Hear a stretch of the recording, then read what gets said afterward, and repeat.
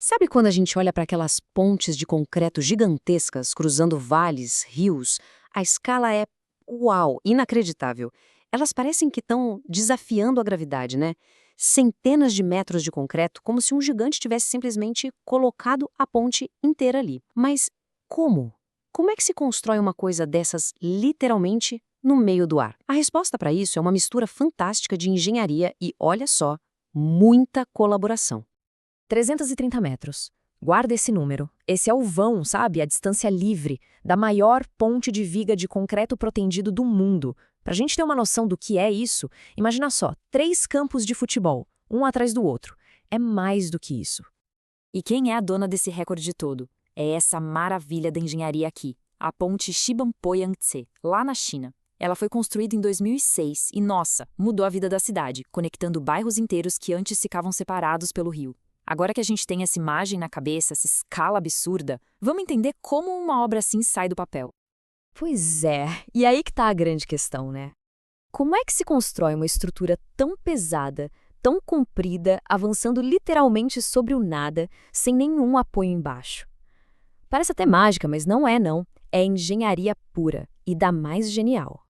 Então vamos lá. Claro que essas estruturas não apareceram assim do dia para a noite. Elas são resultado de, nossa, uma evolução enorme na tecnologia da engenharia. Uma jornada que foi da prancheta de desenho até simulações digitais super complexas que conseguem prever cada passo da construção. E essa evolução foi rápida, viu? Olha só, nos anos 80 era tudo na mão, na prancheta, com armação de aço normal. Aí chegam os anos 90 e duas coisas mudam o jogo: o CAD 2D e, o mais importante, o concreto protendido. Essa técnica é fantástica. Basicamente, a gente estica cabos de aço super fortes dentro do concreto e isso faz com que ele aguente vãos muito, mas muito maiores.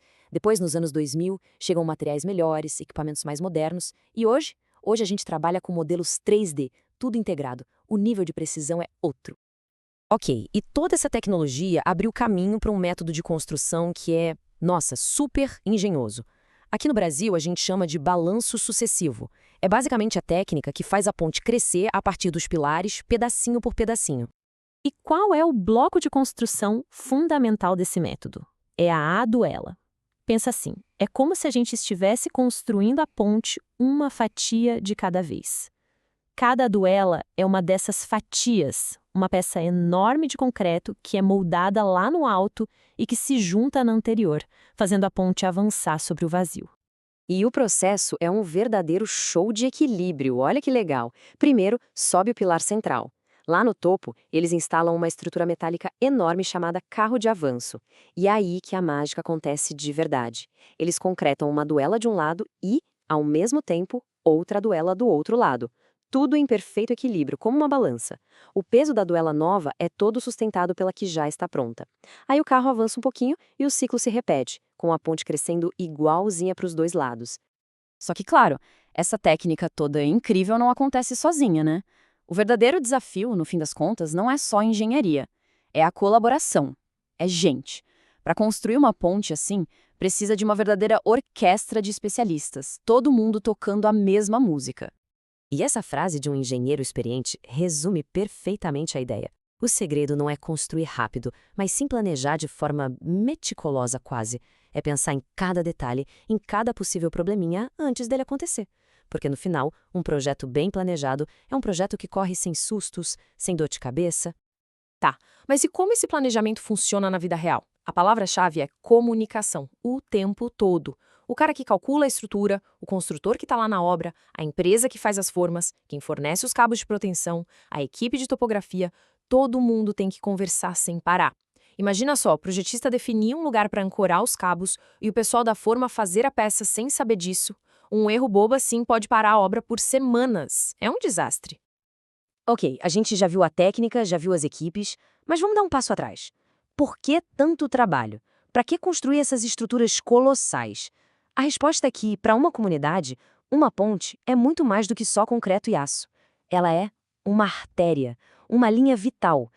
E esse exemplo de Erval do Oeste, em Santa Catarina, mostra isso perfeitamente. Dá uma olhada nesse mapa da esquerda. A gente vê uma cidade com uma geografia super complicada, cheia de morros, áreas com risco de deslizamento. Agora olha o mapa da direita. Ele mostra os polos geradores de viagens, ou seja, escolas, hospitais, o comércio, os lugares que as pessoas precisam ir no dia a dia. Para uma cidade assim, uma ponte não é luxo, é necessidade básica. É o que conecta as pessoas com segurança, ao trabalho, à saúde e à educação.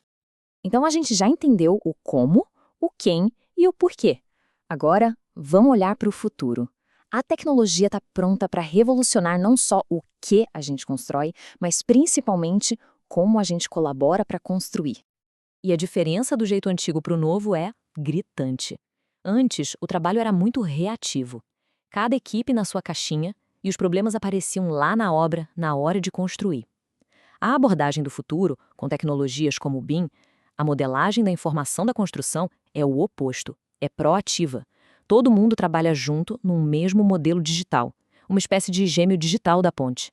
Ali, a gente consegue prever os problemas, resolver os conflitos, tudo antes mesmo de começar a obra de verdade. E aqui está o pulo do gato. A grande revolução que o BIM traz não é só o desenho 3D sofisticado, sabe?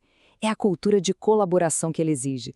Ele força todo mundo, projetista, construtor, fornecedores, a compartilhar informações e a funcionar como um time de verdade. E isso, aqui no Brasil, representa uma mudança de mentalidade fundamental. E isso tudo leva a gente a uma reflexão para fechar. A história de construir pontes sempre foi sobre superar limites físicos com a ajuda da colaboração humana e, claro, da tecnologia. Agora, se a gente tem ferramentas que podem deixar essa colaboração quase perfeita, a pergunta muda. Não é mais só que outras pontes incríveis a gente pode construir, mas sim que outros desafios gigantes, sociais, ambientais, urbanos, a gente pode finalmente começar a resolver. Juntos?